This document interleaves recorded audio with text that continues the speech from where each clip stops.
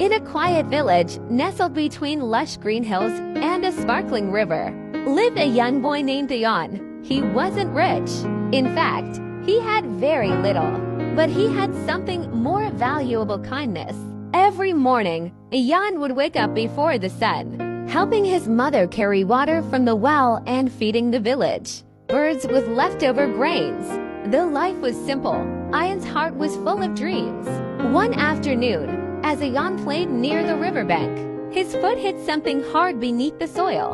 Curious, he started digging and soon uncovered an old wooden box, covered in dust and strange symbols. On top of the box, a note was carved into the wood. The greatest treasure lies inside, but only those who truly seek can open it. Jan's heart pounded with excitement.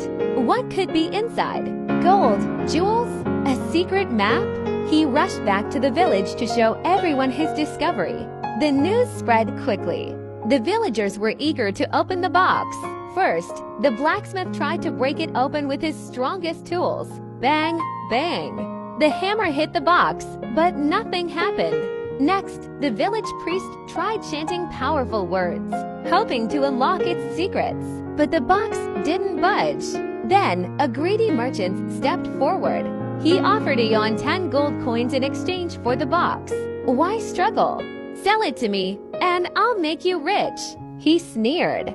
Jan hesitated. His family needed money, but something inside him whispered, "This box belongs to you for a reason." So he shook his head and refused.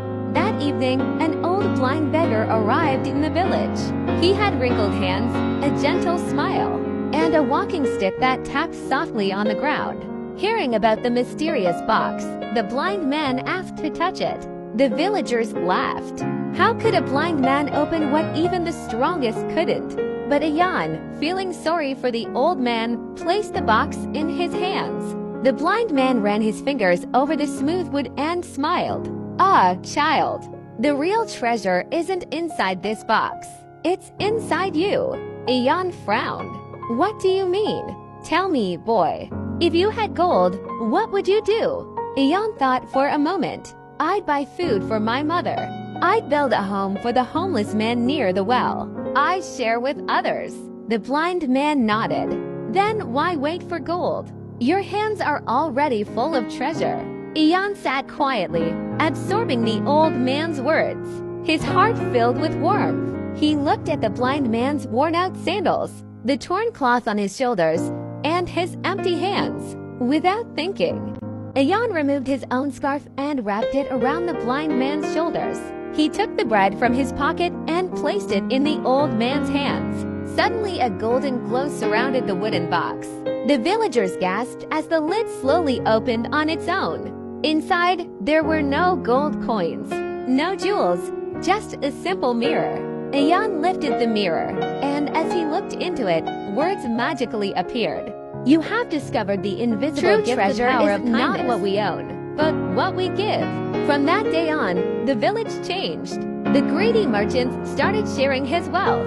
The blacksmith made shoes for the poor. The priest taught wisdom, not just rituals. And Jan, he became the richest of all, not in gold, but in wisdom and love. As for the box, it vanished into the air, leaving behind only its lesson. True wealth is measured not by what we keep, but by what we share. And so, the little village by the river flourished not because of gold, but because of hearts that had learned to give.